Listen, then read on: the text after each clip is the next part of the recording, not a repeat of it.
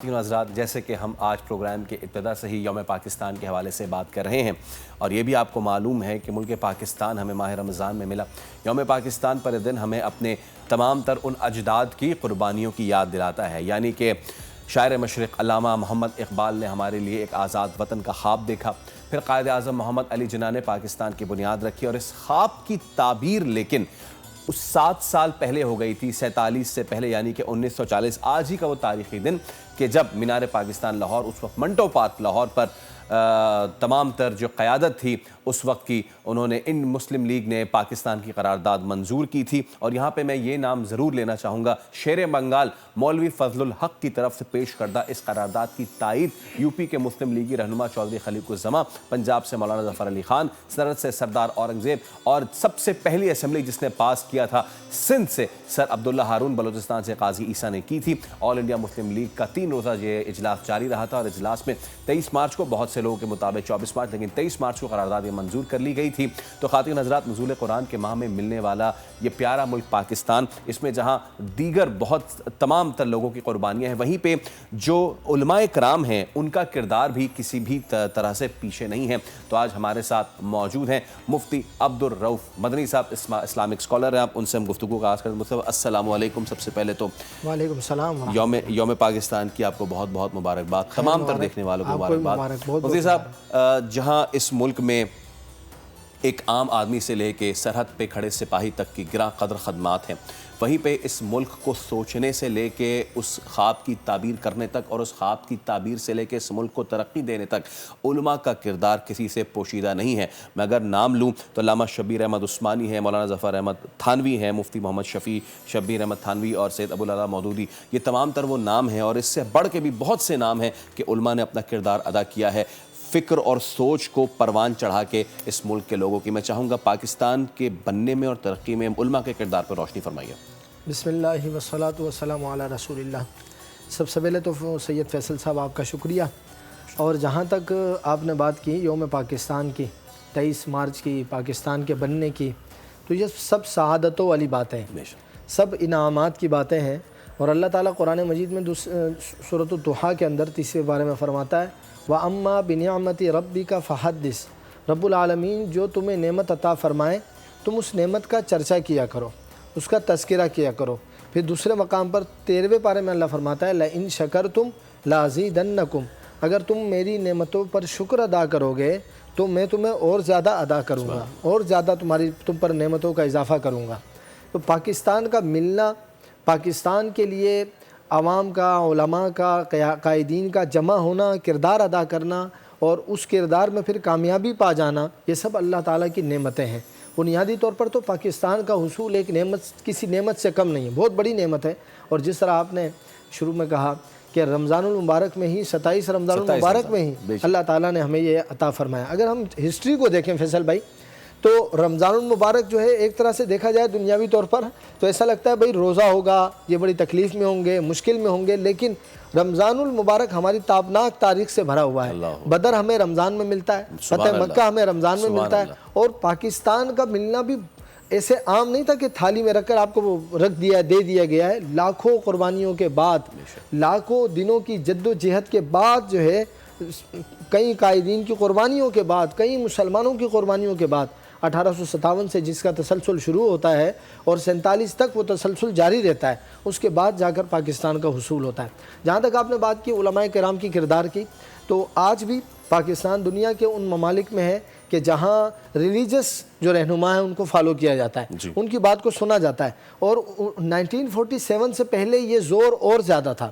زیادہ لوگ دینی رہنماؤں کی، علماء کی بات کو سنتے تھے۔ تو یہ کسی طرح بھی نہیں کہا جا سکتا کہ علماء کا اس میں کردار نہیں۔ کچھ نام تو آپ نے لیے، لیکن ایک دو نام میں بھی اس میں شامل کرنا چاہوں گا۔ امیر ملت پیر جماعت علی شاہ صاحب رحمۃ اللہ تعالیٰ علیہ، اور عبدالحمید بدایونی رحمۃ اللہ علیہ، جن کا بنارس میں مزار بھی موجود ہے، جن کو قائد اعظم نے آ کر جگہ الاٹ کی تھی۔ وہ الگ بات ہے فیصل بھائی، ہماری ایک تاریخ ہے کہ ہم اپنے محسنوں کے ساتھ کیا کرتے ہیں، وہ آج اس مزار کا کیا حال ہے وہ ایک الگ بات ہے، لیکن یہ وہ کردار ہے۔ قائد ملت اسلامیہ قائد اعظم محمد علی جناح رحمۃ اللہ تعالیٰ علیہ خود، جب پہلے تو آپ کو پتہ ہے جو تاریخ جاننے والے ہیں، پہلے ایک مشترکہ ملک کی طرف بڑھ رہے تھے، لیکن جب مشترکہ ملک سے صرف پاکستان کی طرف آئے تو اس مقدمے کو عوام تک پہنچانا انتہائی مشکل تھا۔ اس کے لیے قائد اعظم محمد علی جناح اور علامہ اقبال رحمۃ اللہ تعالیٰ علیہ نے علماء کرام کو منتخب کیا اور آل انڈیا سنی کانفرنس کے نام سے کانفرنس کسی نظریاتی طور پر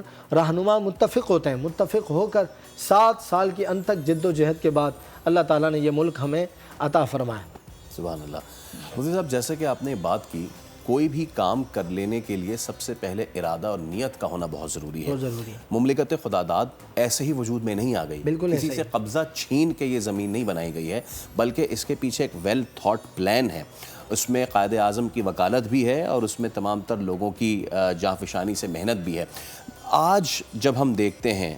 ہم اپنی جو نئی نسل ہے اس کو بے راہ روی کی طرف دیکھتے ہیں، یا ہم سے اوپر کی جو نسل ہے ہم اس سے شکوہ کرتے ہیں کہ آپ ہمارے لیے کیا کر کے گئے ہیں۔ ایک بے راہ روی، ایک افراتفری کی سی کیفیت ہے۔ قرارداد پاکستان میں ہم وہ کیا چیزیں ہیں کہ جو آج، اور خاص طور پہ جو اسلام بھی ہمیں سکھاتا ہے ایک ملت کی طرح جڑ کے رہنے میں، وہ کون سی ایسی ٹیچنگز ہیں کہ جو آج ہم فالو کریں تو یہ بے راہ روی یا افراتفری جو ہے اس کی راہ ہم اختیار نہ کریں اور ایک ساتھ ہو کے، ایک جٹ ہو کے، اکٹھ ہو کے ہم آگے بڑھ سکیں؟ جی، سب سے بڑی بات یہ ہے نا کہ بنیادی جو ہماری وجہ ہے، ہم نے یہ ملک، یہ خطہ، یہ ارض، یہ ٹکڑا، مبارک ٹکڑا جو اللہ رب العالمین کی بارگاہ سے مانگا، تو سب سے پہلی بات تو یہ ہے کہ آپ اگر یہ نہ ہوتا تو آپ اپنے ذہن میں فلسطین کو لا سکتے ہیں، آپ کشمیر کو لا سکتے ہیں۔ اس نعمت عظمیٰ کی عظمت کو سمجھنے کے لیے ایگزامپل کے طور پر آپ ان کنٹریز کو اپنے ذہن میں لا سکتے ہیں جہاں آج ظلم و ستم ہو رہا ہے اور ہم ایک آزاد سانس لے رہے ہیں۔ یہ اللہ رب العالمین کا کرم ہے، نو ڈاؤٹ۔ اس 80 سال، تقریباً 80 سال کے ادوار میں بہت سارے فتنے، بہت سارے دشمنان پاکستان اس ملک کو نقصان پہنچانے کے در پہ رہے، لیکن بہت سارے محافظین بھی ہیں جنہوں نے پاکستان کی حفاظت کی۔ لیکن پھر بھی جس مقصد، فیصل بھائی آپ کے پروگرام کے توسط سے میں کہوں گا، ہم نے جس مقصد کے لیے، قائد اعظم کی خود اپنی تقاریر میں موجود ہیں کہ ہمارا مقصد یہ ہے کہ ہم ایسا خطہ اور ایسا ماڈل دنیا کو پیش کریں کہ that is the Islamic religion ملک۔ یہ ایک دنیا میں ایک اسلامی ملک ہے جو اسلام کے نام پر مدینہ کے طرز پر آزاد کیا گیا، مدینہ کے طرز پر آزاد کیا گیا۔ اور یہاں دیکھو کس طرح مسلمان تجارت کرتے ہیں، کس طرح مسلمان جو ہے اپنی عبادات کا اہتمام کرتے ہیں، اپنے اقلیتوں کا خیال کرتے ہیں، اپنی ریلیشن شپ، یعنی مکمل ایک ضابطہ اخلاق جو رسول اللہ صلی اللہ علیہ وسلم لے کر آئے تھے، اس کی مکمل پرفارمنس کے لیے یہ ملک ہم نے آزاد کیا، اس کی آزادی کے لیے جد و جہد کی اور لاکھوں میں قربانیاں دی۔ ہم اس راستے سے جو نا کسی اور راستے کی طرف لگا دیے گئے، فتنوں اور سمجھ لیں کہ سازشیوں کی طرف وجہ سے ہم کسی اور طرف چلے گئے، بٹوارے کی طرف چلے گئے ہیں۔ اور یہی وہ دن آتا ہے کہ بار بار ہم اس تجدید کریں، اپنے تجدید عہد وفا کرنے کی کوشش کرتے ہیں۔ صاحب، ہمارے پاس آخر میں 1 سے 1.5 منٹ کا وقت ہے۔ میں چاہوں گا آپ کی موجودگی کا فائدہ اٹھاتے ہوئے آپ سے گزارش ہے کہ آج کے دن پہ دعا فرمائیے کہ یہ ملک جو ہے ایک بار پھر یگانگت کی راہ پہ چل پڑے۔ الحمدللہ رب العالمین والصلاة والسلام علی سید الانبیاء والمرسلین، الہ العالمین یا رب العالمین یا ارحم الراحمین۔ آج کے اس مبارک دن میں، رمضان المبارک کی اس بابرکت گھڑی میں، افطار جہاں قریب ہے، مولا کریم اس ملک پاکستان کی حفاظت فرما، الہ العالمین تا صبح قیامت اسے شاد و آباد فرما، الہ العالمین اس میں رہنے والے تمام مسلمانوں کی، تمام پاکستانیوں کی مال جان عزت آبرو کی حفاظت فرما، جو اس کی حفاظت کر رہے ہیں دل جان سے، اپنی مولا کریم اپنی طاقتوں سے، اپنی کاوشوں سے، الہ العالمین ان کی بھی حفاظت فرما، ہمارے افواج پاکستان کی حفاظت فرما، ہمارے تمام فورسز کی حفاظت فرما، اور اس ملک کی جس طرح جو جس انداز سے ویلفیئر کر رہے ہیں، خدمت کر رہے ہیں، چاہے وہ تعلیم کے شعبے میں ہوں، چاہے وہ تجارت کے شعبے میں ہوں، اکنامکس کے شعبے میں ہوں، یا الہ العالمین سب کو مضبوط فرما۔ الہ العالمین آخر میں جس مقصد کے لیے اور جس عظیم نیتوں کے ساتھ یہ ملک حاصل کیا گیا کہ کریم آقا صلی اللہ تعالیٰ علیہ وسلم جو نظام آج سے 1450 سال پہلے لائے، جو قرآن و حدیث جس میں نظام موجود ہے اس نظام کو نافذ کرنے کے لیے یہ ملک آزاد کیا گیا۔ الہ العالمین ہم سب کو اس کے نفاذ میں اپنا کردار ادا کرنے کی توفیق عطا فرما، ہمیں مخلص اور مولا کریم ایماندار حکمران نصیب فرما، کرپٹ حکمرانوں سے، کرپٹ